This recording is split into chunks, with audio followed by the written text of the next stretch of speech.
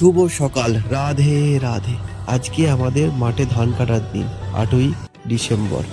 ধান কাটার মেশিনে উপর থেকে কিরকম লাগে দেখবার জন্য এবারে আমি উঠেই পড়েছি।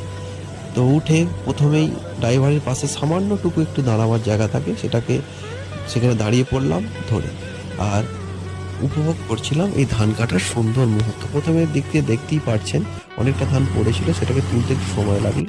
তারপর আবার চেপে পড়লাম। চেপে দেখলাম যে অনেক পাখি উড়ে উড়ে ধান কাটার মেশিনের সামনে এসে উপস্থিত হচ্ছে। কারণ অনেকটা পর বুঝতে পারলাম যে অনেক পোকা থাকে না ধানে, সেগুলো ওরা খাওয়ার আশায় উড়ে উড়ে আসছে। তো এইভাবেই ধান কাটা চলছে, দেখতে খুব ভালো লাগছে আর সুন্দর পরিবেশ, ওয়েদারও খুব সুন্দর। ধান কাটার পর এবার টাং যখন ফুল হয়ে যায় তখন ট্রাকে ওরা ধানটাকে ঢালা হয়। সেই ধানটা ঢালা হচ্ছে, দেখুন খুব সুন্দর লাগছে।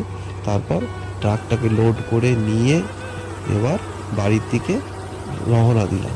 তো বাড়ির দিকে যখন যাচ্ছি তখন যে গাড়িটা চালাচ্ছে তার ছবি তুলতে যাচ্ছি, সে আমার লজ্জা পেয়ে গেল। তারপর এসে আমাদের যে খামার শুকনো করতে হয়, 2-3 দিন সময় লাগে, যার যেরকম ধান সেই হিসাবে সময় লাগে। খুব সুন্দর লাগে, দেখতেই পাচ্ছেন।